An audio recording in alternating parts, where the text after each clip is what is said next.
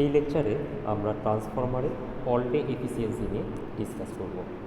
But all day efficiency নিয়ে discuss করার আগে যেগুলো পড়া হয়েছিল তার কিছু জিনিস আমরা একটু সংক্ষেপে রিভাইজ করে নেব, যেটা আমাদের এখানে কাজে লাগবে।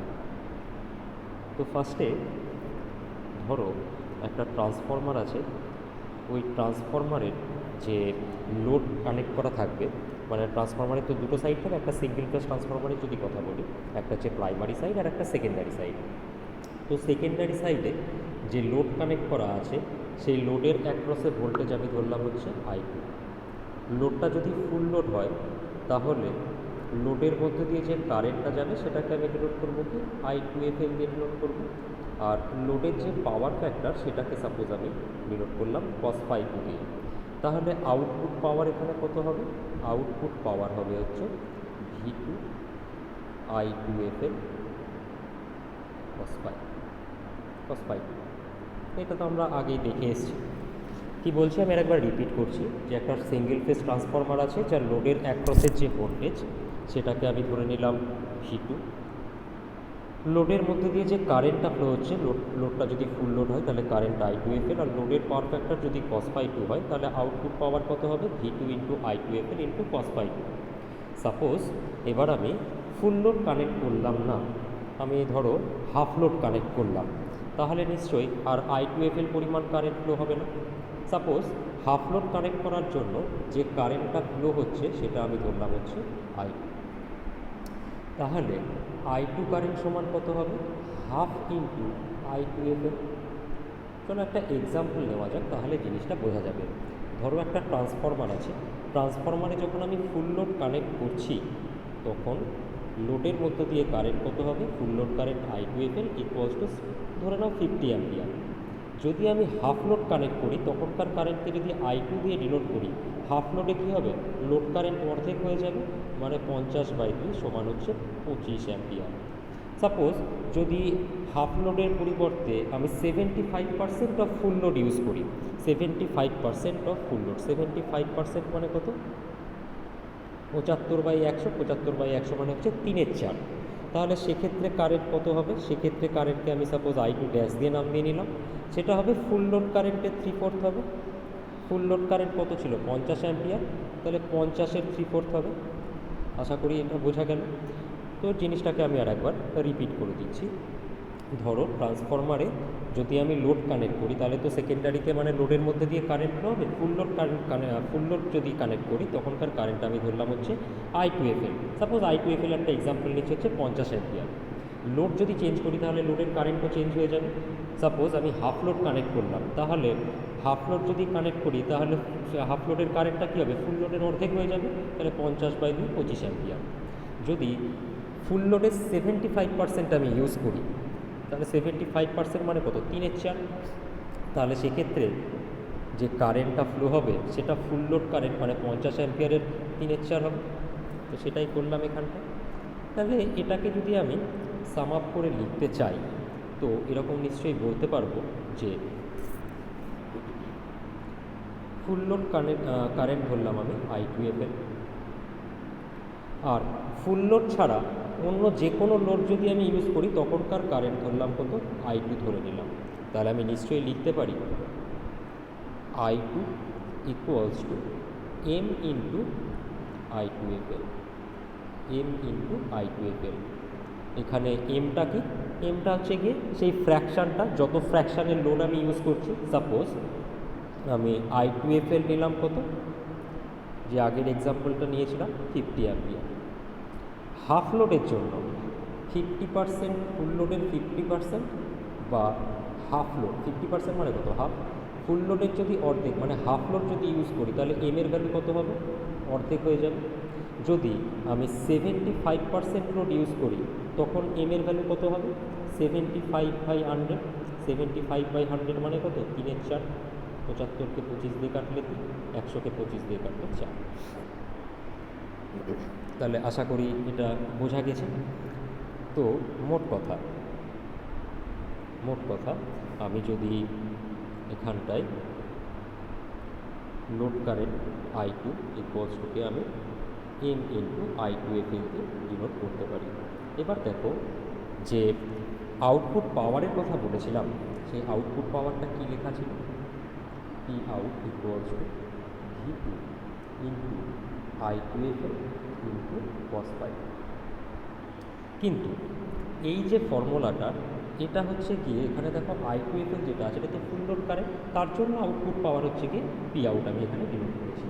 কিন্তু যদি আমি এই যে জিনিসটা আছে এটাকে যদি আমি ফুল লোডের পরিবর্তে অন্য লোড ইউজ করি, তাহলে আই টু এফ এলের ভ্যালুও চেঞ্জ হয়ে যাবে, সেক্ষেত্রে কিন্তু পি আউটের ভ্যালুও চেঞ্জ হয়ে যেতে বাধ্য।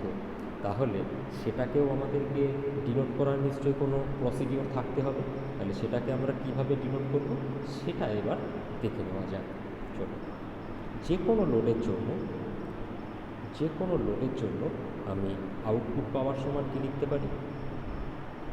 M into V two into I two F L into cos phi, এটা আমি লিখতে পারি। যদি ফুল লোড ইউজ হয় সেক্ষেত্রে এম এর ভ্যালু কত হবে? 1। একটু আগেই আমরা দেখেছি ফুল লোডের ক্ষেত্রে আই টুর ভ্যালু আই টু এফ এলের সাথে সমান হয়ে যাবে, এম এর ভ্যালু তখন 1 হবে। এম এর জায়গায় তুমি 1 পুট করে দাও, দেখো 1 যদি পুট করি এম এর জায়গায় কী পড়ে থাকবে? V two I two F L cos phi two পড়ে থাকবে। মানে এই ফর্মুলাটা পেয়ে যাচ্ছি। যদি এম এর ভ্যালু হাফ হয়, মানে হাফ লোডের জন্য বা 50% লোডের জন্য যদি ইউজ করি, তাহলে এম এর জায়গায় অর্ধেক বসবে। 75% লোডের জন্য এম এর ভ্যালু কত? 3/4, তখন পি আউটের এম এর জায়গায় বসবে 3/4। তাহলে এটা গেল হচ্ছে আমার ইন জেনারেল আউটপুট পাওয়ারের একটা এক্সপ্রেশন ট্রান্সফরমারের ক্ষেত্রে। আচ্ছা, এবার এটা তো গেল হচ্ছে কি আউটপুট পাওয়ারের কথা। এবারে আসছি আয়রন লসের উপর কী এফেক্ট করবে যদি লোড চেঞ্জ করি। দেখো, এটা বলা হয়েছিল আয়রন লস হচ্ছে গিয়ে সাপ্লাই ভোল্টেজ আর সাপ্লাই ফ্রিকোয়েন্সির ওপর ডিপেন্ড করে। যতক্ষণ না আমি সাপ্লাই ভোল্টেজ আর ফ্রিকোয়েন্সি চেঞ্জ করছি, আয়রন লস কিন্তু চেঞ্জ হবে না। মানে সেক্ষেত্রে আমার আয়রন লসটা কনস্ট্যান্ট থাকবে, মানে লোডকে চেঞ্জ করলেও আয়রন লসের ওপর কোনো এফেক্ট পড়বে না। আয়রন লস হচ্ছে গিয়ে কনস্ট্যান্ট লস। তাহলে আয়রন লস চলে গেল। এবার হচ্ছে আমরা আসি হচ্ছে কপার লসের কথায়। কপার লস সমান আমরা কি জানি? I square R loss. তাহলে ফুল লোডের জন্য কপার লসকে আমি লিখতে পারি I two F L square into R E. এটা আমি বলতে পারি, এটা তো এর আগেও এই এক্সপ্রেশনটা আমরা ডিরাইভ করেছি, বাট এটা ফুল লোডের জন্য। এটা হচ্ছে ফুল লোডের জন্য। যদি আমি যে কোনো লোডের জন্য বলতে চাই, যে কোনো লোডের জন্য আমি বলতে গেলে, সরি এক মিনিট, যে কোনো লোডের জন্য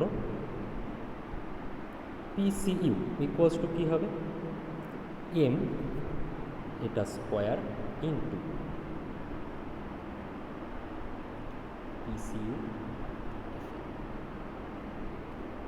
আগেরগুলো এম হচ্ছিল, এখানে এম স্কোয়ার কেন হলো সেটাও একটু ছোটো করে দেখে নেওয়া যাক।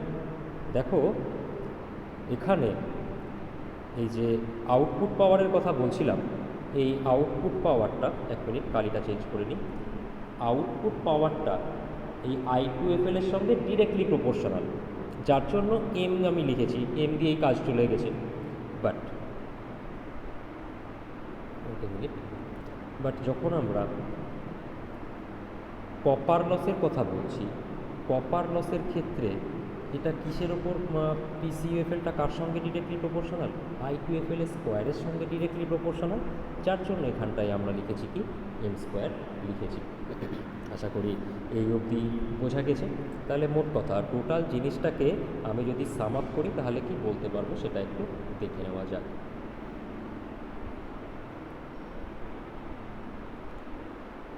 ফুল লোডের ক্ষেত্রে, আচ্ছা চলো বাঁ দিকে আমি ফুল লোডের জন্য লিখব, ডান দিকে যে কোনো লোডের জন্য। ফুল লোডের ক্ষেত্রে তো আমরা ডিরেক্টলি আউটপুট পাওয়ার লিখতে পারতাম V two I two F L cos phi. তাহলে আমি যদি এটাকেই বলতে চাই যে কোনো লোডের জন্য, তাহলে কি বলবো? যে কোনো লোডের জন্য আমি লিখতে পারি M V two I two F L cos phi. আর একটা জিনিস একটু ভালো করে খেয়াল করো, V two into I two F L voltage into current, সেটাই তো হচ্ছে গিয়ে ট্রান্সফরমারের রেটিং। তাহলে এখানে আমি লিখতে পারি M S cos phi. Similarly এটাকেও আমি লিখতে পারি এস কস ফাই।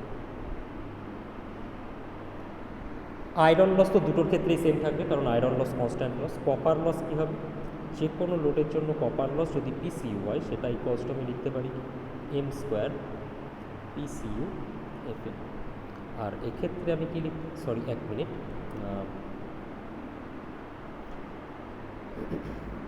এখানে তো যেটা কপার লস সেটাই হচ্ছে গিয়ে ফুল লোড কপার লস, কিন্তু এখানে ইয়ে করছি, তাহলে আমার বাদ এখানে এটা লিখে লাভই নেই।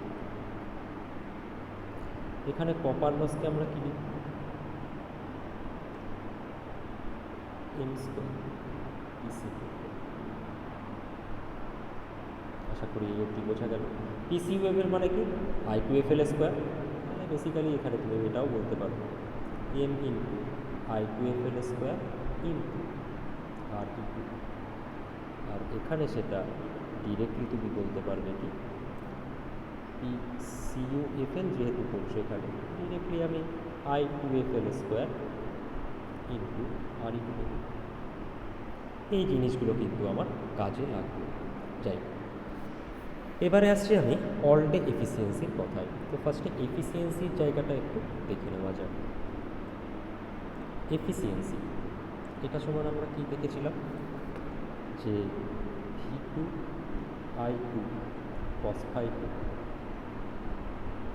Divided by V2I2 cos phi 2 plus PI plus I2 square RE2ও বলতে পারো, বা কপার লস PCUও বলতে পারো। এটা আমরা দেখেছিলাম, বাট এটা তো ছিল ফুল লোডের জন্য, তাই না? আমরা এখানে যে কোনো লোডের জন্য বের করতে চাইছি, তাহলে সেক্ষেত্রে আমরা কি লিখব, যে কোনো লোডের জন্য আমি যদি বলতে চাই eta equals to V2I2 cos phi 2 কে আমরা কি লিখব, M V2I2FL cos phi 2, M আর V2I2FL মানে একটু আগে দেখেছি কি এস, তাহলে এম এস cos phi 2। এটাও একই রকমভাবে এম এস cos phi 2 হয়ে যাবে। আয়রন লস তো আমার চেঞ্জ হয় না, কনস্ট্যান্ট লস। আর পিসিইউটা কী হয়ে যাবে, এম স্কোয়ার পিসিইউ। এটা হচ্ছে আমার যে কোনো লোডের জন্য। তাহলে এই জিনিসটা আমরা পাচ্ছি। এবার আমি যেটা করতে চলেছি, এর ওপর আর নিচকে মানে লব আর হরকে আমি টাইম দিয়ে মাল্টিপ্লাই করছি, ঠিক আছে? আচ্ছা চলো,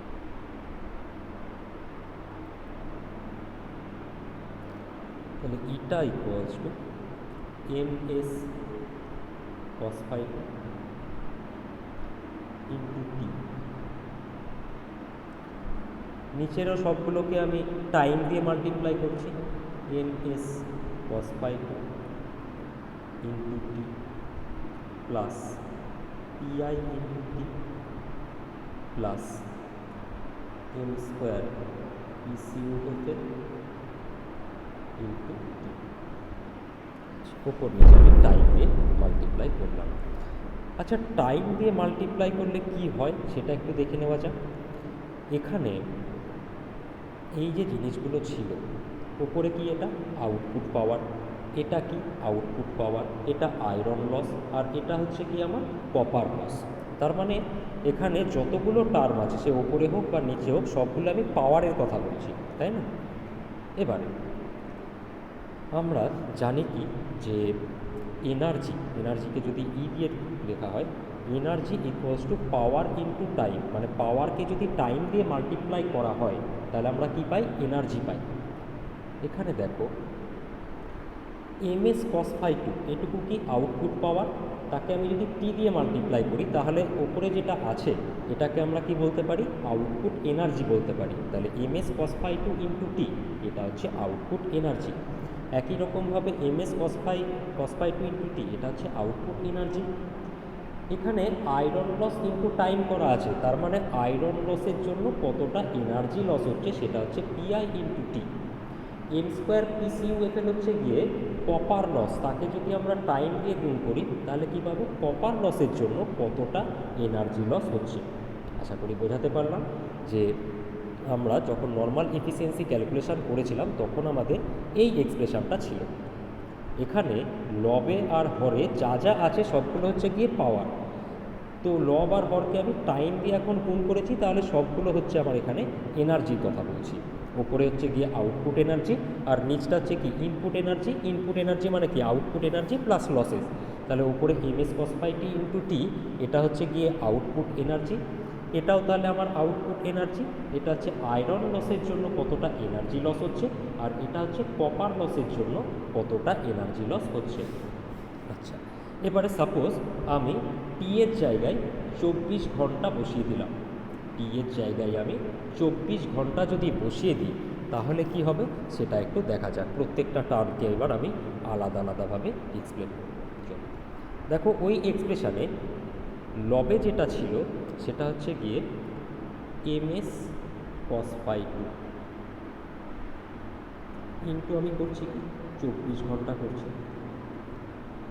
এটা সমান আমি কি বলতে পারি তাহলে আউটপুট এনার্জি। কার আউটপুট এনার্জি? ট্রান্সফরমারের আউটপুট এনার্জি। কত সময়ের জন্য আউটপুট এনার্জি? 24 ঘন্টার জন্য। তার মানে output energy over the period of 24 hours. আশা করি বোঝাতে পারলাম। আর কি ছিল? আয়রন লস ইন্টু টি ছিল। টি এর জায়গায় আমি তো লিখছি 24 ঘন্টা, তাহলে এটাকে কি বলতে পারি আয়রন লস বা কোর লস। কার? ট্রান্সফরমারের। বারবার ট্রান্সফরমার কথাটা লিখছি না। Iron loss over the period of 24 hours. তাহলে 24 ঘন্টা ধরে যতটা আয়রন লসের জন্য এনার্জি লস হচ্ছে সেটা হচ্ছে আমার এইটা। আর কি টার্ম ছিল ওখানে? কপার লসের কথা বলা হয়েছিল। আচ্ছা, সেটা ছিল M square পিসিউ FL into T ছিল, সেটাকে আমি 24 ঘন্টা নিয়ে নিলাম। তাহলে এটাকেও আমি এখানে কি বলতে পারি যে কপার লস। কার? অবভিয়াসলি ট্রান্সফরমারের ওয়াইন্ডিংয়ে কপার লস। এক মিনিট, এখানে একটা জিনিস আমি একটু দেখে নিই। এখানে একটা জিনিস একটু লিখতে হবে, একটু ভুল লেখা হয়ে গেছে, একটা টার্ম মিস চলে গেছে। আয়রন লস এখানে শুধু লেখা আছে, তো এটা তো আয়রন লস মানে পাওয়ার লস বোঝাবে। এখানে একটু জিনিস লিখে নিতে হবে, এনার্জি লস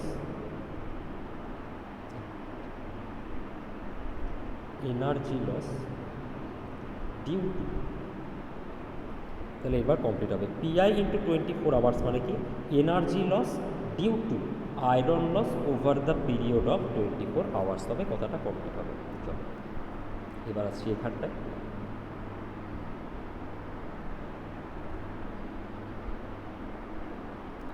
এটাকে তাহলে আমি বলতে পারি এনার্জি লস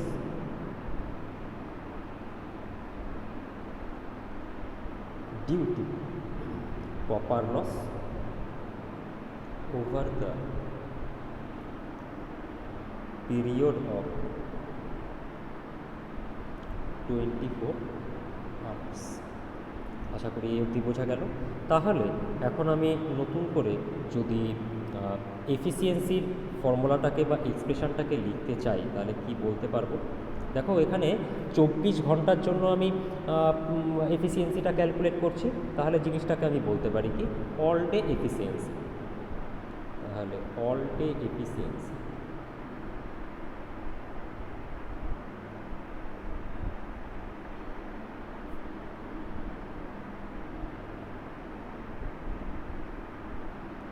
ইকুয়ালস টু কী হবে বলুন?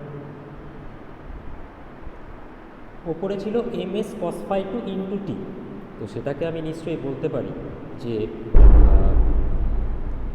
Output energy of the transformer over the period of 24 hours। নিচে ফার্স্টে ছিল MS cos phi two into T মানে MS cos phi two into 24 ঘন্টা, তাহলে সেটাকে আমি বলতে পারি আউটপুট এনার্জি একই রকমভাবে ওভার দ্য, বারবার লিখছি না, over the period of 24 hours plus কি energy loss due to iron loss একই রকমভাবে over the period of 24 hours সেটা লিখে নেবে, প্লাস আবার একই রকমভাবে এনার্জি লস, আর এখানে ছিল কি এম স্কোয়ার পিসিউএফএল ইন্টু টি, মানে টি মানে 24 ঘন্টা, এনার্জি লস ডিউ টু আছে, এখানে টু কথাটা মিস আছে, due to copper loss over the period of 24 hours. এবারে দেখো এই যে energy loss due to iron loss আর energy loss due to copper loss, টোটালটা 24 ঘন্টার জন্য, এই দুটো মিলে কি ট্রান্সফরমারের টোটাল লস। তাহলে এটাকে আলাদা আলাদা করে না লিখে আমি একসঙ্গে লিখতে পারি যে energy loss in the transformer over the period of 24 hours, তাহলে সেটাকেও আমি লিখতে পারি। তো সেটাকে এবার লিখে নেওয়া যায়। তাহলে আমি বলতে পারি যে all day efficiency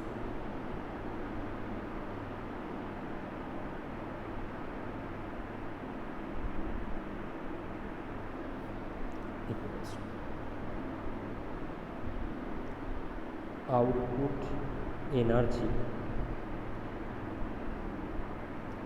of the transformer কিন্তু লিখতে হবে, আমি বারবার লিখছি না, output energy over the period of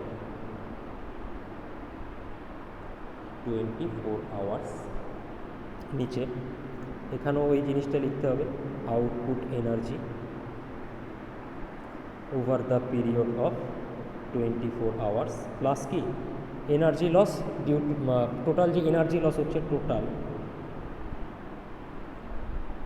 energy loss over the period of 24 hours. এটাকে যদি তুমি এই যে টোটাল জিনিসটা আছে এটাকে যদি তুমি 100 দিয়ে মাল্টিপ্লাই করো তাহলে অল ডে এফিসিয়েন্সি পার্সেন্টেজে বেরিয়ে যাবে। তাহলে এটা হচ্ছে আমার ট্রান্সফরমারের অল ডে এফিসিয়েন্সির এক্সপ্রেশন। তাহলে এবার স্বাভাবিকভাবেই একটা কোশ্চেন মাথায় আসবে যে অলরেডি তো আমাদের ট্রান্সফরমারের এফিসিয়েন্সির একটা এক্সপ্রেশন ছিল যেটা আমরা পাওয়ার দিয়ে বের করেছিলাম, output power by input power. তো এখানে আমার output energy by input energy দিয়ে বার করার দরকারটা কি, কেন পড়লো, সেটা আমাদেরকে দেখতে হবে। তো সেটা একটু ছোটো করে দেখে নেওয়া যাক। আচ্ছা, দুটো পেজ আমাকে একটু মুছে নিতে হবে, আর জায়গা নেই, একটু ওয়েট করবে।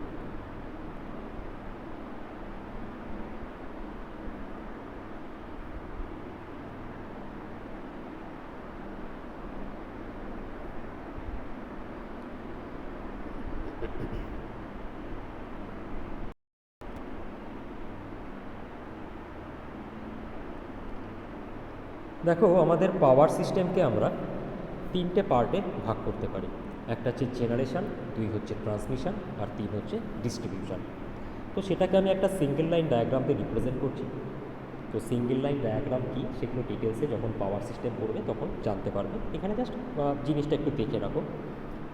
ধরো এটা হচ্ছে আমার জেনারেটর, পাওয়ার প্ল্যান্টে যে জেনারেটর থাকে সেটা, এটাকে আমি একটা সাইড গ্রাউন্ড করে দেওয়া হয়, গ্রাউন্ড করে দিলাম। জেনারেটর থেকে যে ভোল্টেজটা তৈরি হয় সেটা হচ্ছে ধরো 6.6 কেভি বা 11 কেভি, তারপরে তাকে একটা ট্রান্সফরমার দিয়ে স্টেপ আপ করা হয়।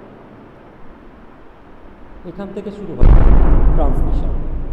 ট্রান্সমিশনের পর সেটাকে আর একটা ট্রান্সফরমার দিয়ে স্টেপ ডাউন করা হয়, এই ট্রান্সফরমারটাকে বলা হয় ডিস্ট্রিবিউশন ট্রান্সফরমার। সেখান থেকে কনজিউমারের কাছে যায়, মানে আমরা যে ইলেকট্রিসিটি ইউজ করছি সেটা। এটা কিন্তু একদম সিম্পলিফাইড ডায়াগ্রাম, ঠিক আছে, মানে এরকম একটা ট্রান্সফরমার দিয়ে স্টেপ আপ করলাম আর একটা ট্রান্সফরমার দিয়ে স্টেপ ডাউন করে দিলাম, পাওয়ার সিস্টেম টোটাল কমপ্লিট হয়ে গেল, তা নয়। সিস্টেমটা আরও অনেক বেশি কমপ্লেক্স, এখানে জাস্ট আমি একটা এক্সাম্পল হিসাবে নিচ্ছি।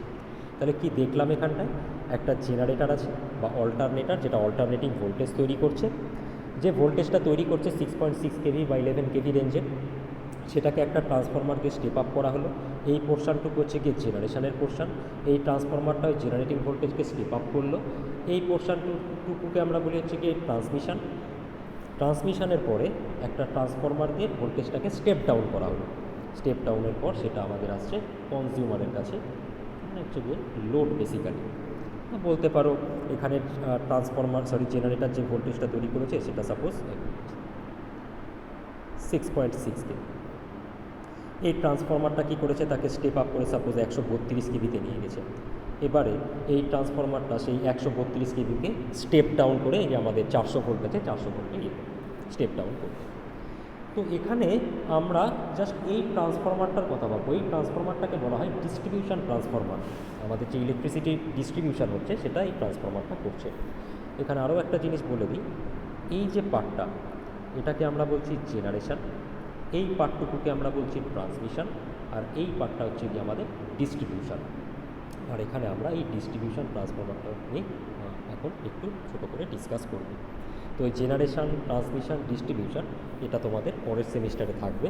একটা পাওয়ার প্ল্যান্ট ইঞ্জিনিয়ারিং বলে সাবজেক্ট আছে যেখানে জেনারেশনটা নিয়ে পড়বে, আর transmission and distribution of electrical power বলে আর একটা সাবজেক্ট আছে, সেটাও পরের সেমিস্টারে আছে, তখন এগুলো ডিটেলস আরও পড়বে। তো যাই হোক, এবার আমরা ডিস্ট্রিবিউশন ট্রান্সফরমার নিয়ে কথা বলছি।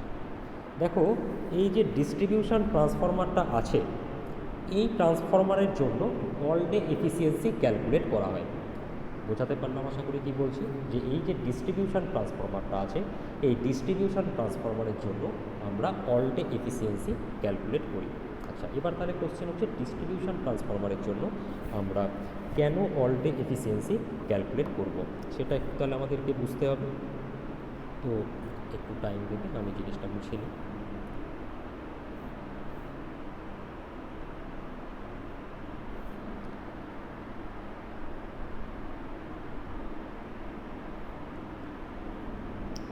এটা ছিল আমার ডিস্ট্রিবিউশন ট্রান্সফরমার,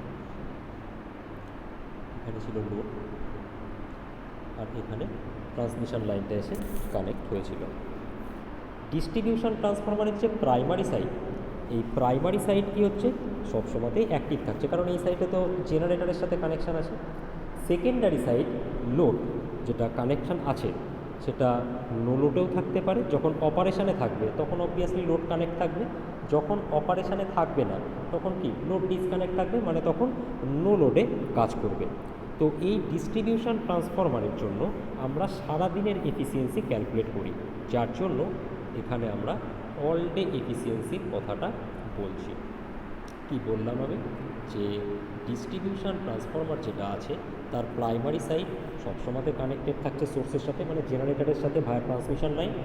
আর লোড যেটা আছে যখন অপারেশানে থাকবে ডিস্ট্রিবিউশন ট্রান্সফরমার তখন লোড কানেক্ট থাকবে, যখন অপারেশানে থাকবে না তখন কোনো লোড কানেক্ট থাকবে না। ফর এক্সাম্পল, লোডশেডিং যখন হচ্ছে, লোডশেডিংয়ের সময় তো লোড ডিসকানেক্ট হয়ে আছে, কিন্তু এর যে প্রাইমারি সাইড আছে সেটা সোর্সের সাথে কানেকশান থাকতেই পারে। এবার একটা জিনিস আমি দেখতে পাচ্ছি যে ট্রান্সফরমারে তো মেনলি হয় দুই ধরনের লস, একটা হচ্ছে আয়রন লস আর একটা হচ্ছে কপার লস। যখন লোড ডিসকানেক্ট করে দিচ্ছি তখন কিন্তু কপার লস হচ্ছে না, কিন্তু আয়রন লস কিন্তু লোড কানেকশান থাকুক বা না থাকুক সব সময়তেই হবে। কারণ এটা বলা হয়েছে কি, আয়রন লসটা মানে কি, আয়রন লস হচ্ছে কি দুটো পার্ট, একটা হচ্ছে এডি কারেন্ট লস আর একটা হচ্ছে হিস্টেরেসিস লস। তো এই লসগুলো তো আর লোডের ওপর ডিপেন্ড করে না, পরে যে ফ্লাক্স এস্টাবলিশড হচ্ছে তার উপরে এই ধরনের লসগুলো ডিপেন্ড করে, সাপ্লাই ভোল্টেজ, সাপ্লাই ফ্রিকোয়েন্সি এগুলোর উপর ডিপেন্ড করে। তো সাপ্লাই তো আমার কানেক্ট সবসময়তেই থাকছে, তাহলে কোর লস আমার সারাক্ষণ হয়। কপার লস যখন লোড কানেক্ট থাকবে তখন হবে, যখন লোড কানেক্ট থাকবে না তখন সেখানে কপার লস হবে না। তো এই কারণের জন্য আমরা ডিস্ট্রিবিউশন ট্রান্সফরমারের ক্ষেত্রে সারাদিনের এফিসিয়েন্সি ক্যালকুলেশন করি, যে কপার লস তাহলে কখনো আমার থাকছে কখনো থাকছে না, আয়রন লস সব সময়তেই থাকছে। তো সেটার জন্য এখানে কি টাইম ইনভলভ হচ্ছে, তো সেজন্য আমরা অল ডে এফিসিয়েন্সি ক্যালকুলেট করছি।